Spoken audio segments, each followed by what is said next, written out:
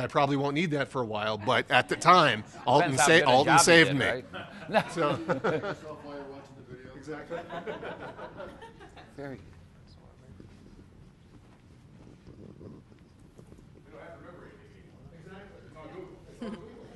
I think from a social media standpoint, video is the most effective way for people to like, know, and trust you.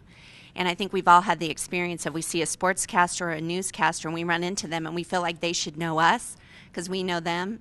So I think it's the most effective way for you to connect with your audience before they meet with you personally. But I don't think it does much good to use it as an advertising medium. It's better as a content or what your clients want to learn about. The easiest way to do that is just the most frequently asked questions that you get for your business. So that's what I would put on video, 30-second to a minute and 30, or you won't ever have it viewed. You're an exception. I shouldn't say that. I wouldn't say you'll never have it viewed. You had the right audience, right? They were interested in your topic. Yeah. So. Can I throw one thing out there? Just statistically, video and color stills are shared more than texts. You don't have the time or the resources to go create videos and text and so forth left and right. But videos and photos will be part of your plan. If videos and photos are part of your plan, you'll see your content get shared more. So visual information, a lot easier to consume. People like that better. It's faster for them. Our next point on there, video. Okay. Yeah, and so, yeah, absolutely. And I guess I'm going to go back to content delivery and engagement with people. And I don't know these exact statistics, but when we're communicating, about 80% of what I'm communicating with you is the way that I look and my mannerisms and how I'm doing things and that sort of thing. The actual tone of my voice and how you're perceiving me. You've got your dog and you say something to the dog and you say it like you're saying, "Come here, boy." The dog comes. Doesn't matter what you're saying exactly.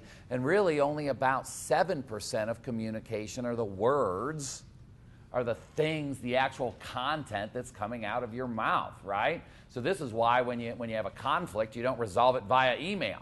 Because you can take emails any way you want, and that's kind of like this written word here. You don't get most of the effectiveness of communication by providing it this way. You get a lot more from a video. So, and I would also say all the mediums are necessary. There are people that would think watching a video is a huge waste of time. Just tell me what I want to know and be irritated. So it's all about who you're addressing and what you've got to say and making it available in as many different channels as you think are prudent to get it out there. And people will enjoy it any way you get it out there. But giving them those choices is very, real important. Yeah? Can you comment on the production value of such a video? Whether you should, your type of brand that you're trying to propose and to kind of earmarks on the production value you should attach to that video? Let me pose up a conversation that we'll have here.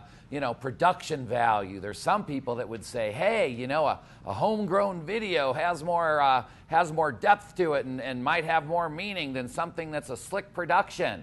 And then there's other people that would say, hey, if you're a professional, why would you make a lousy looking quality video that's going to convey your brand out there? Mark, you want to comment on that? Just might have an idea. You open a big can of worms here. That's exactly right. Yeah, production values are huge from the standpoint of, as John just said, it's your brand that we're talking about.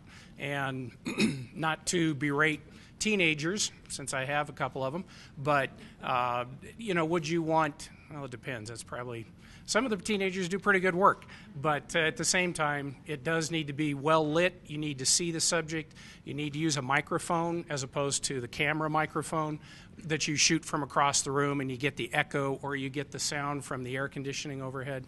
So from a production standpoint, production values are important. Dale, what would you say about that? Is there any reason why somebody ought to create a lousy looking video to to just say, hey, this is more genuine? Because I hear this argument, well, I could make it look lousy and it looks more real. And I don't mean lousy, but I mean not good looking, right? What's your take? Yeah, definitely you don't want to have a lousy video. Sound is hugely important.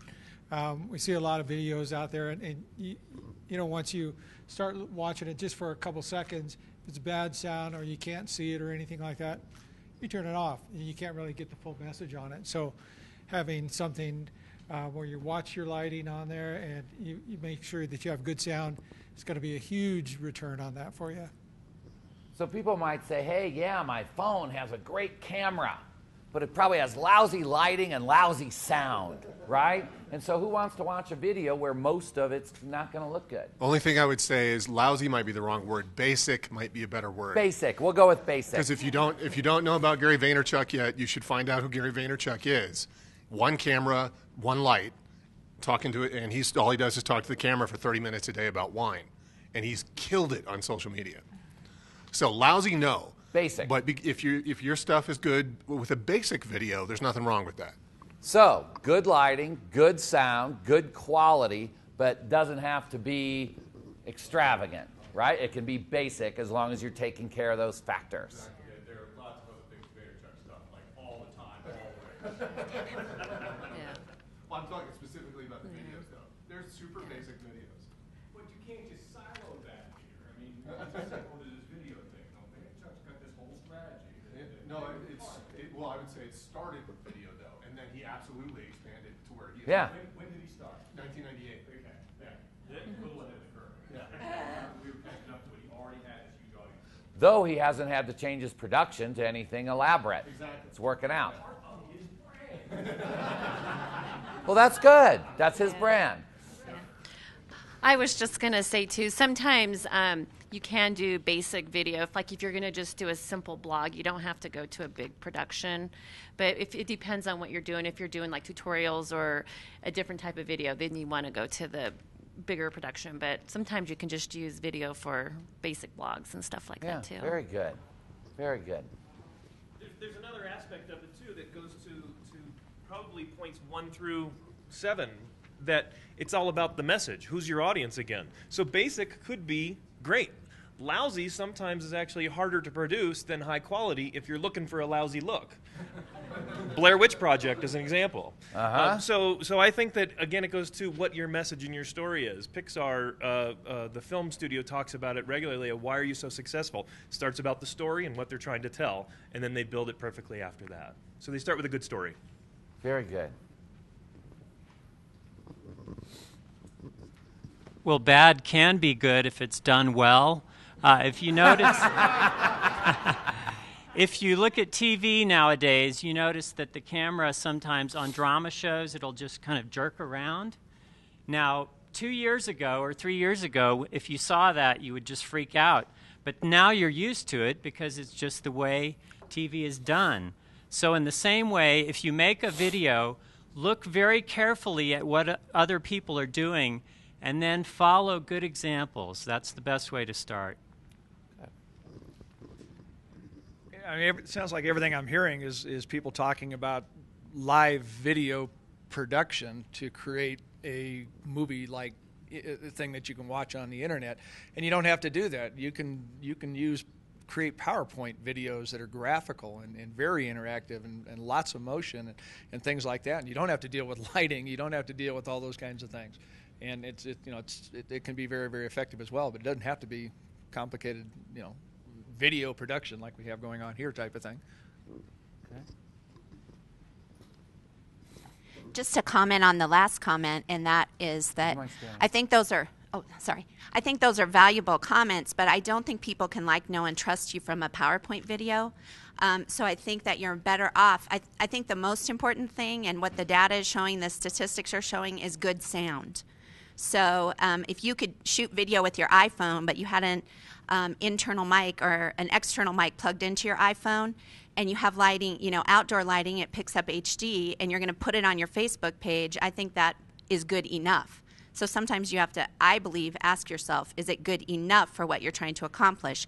And if you're working at transparency and getting your information out there and helping people to know you better, that might be something to consider. And if a high production value is really great for your should ask and frequently asked questions. So that's just personal opinion, but I think that that the statistics are showing that it's We've true. got to move on. We've only got 2 more minutes on these last 2 points.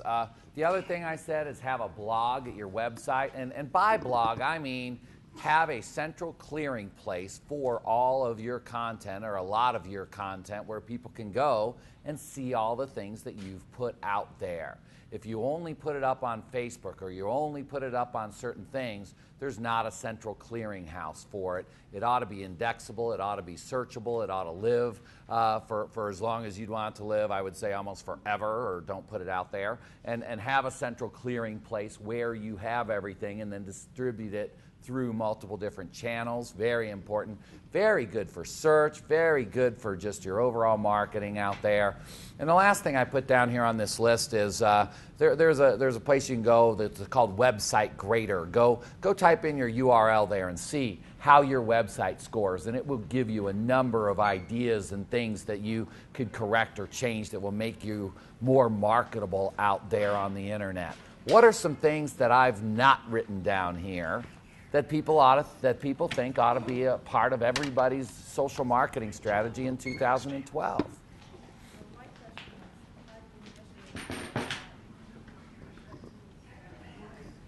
It all depends on what you want to measure.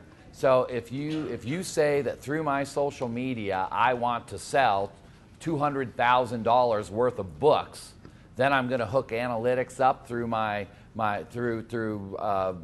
shopping cart, and I'm going to track the independent URLs. Every time I do a tweet, I'm going to add an extra bit of code on there, and it's going to go through my analytics on my shopping cart, and I'm going to say I got this many sales from Twitter.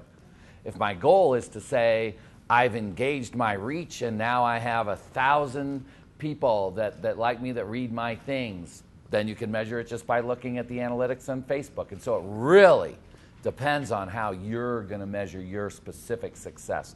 I don't think there's any one formula, right?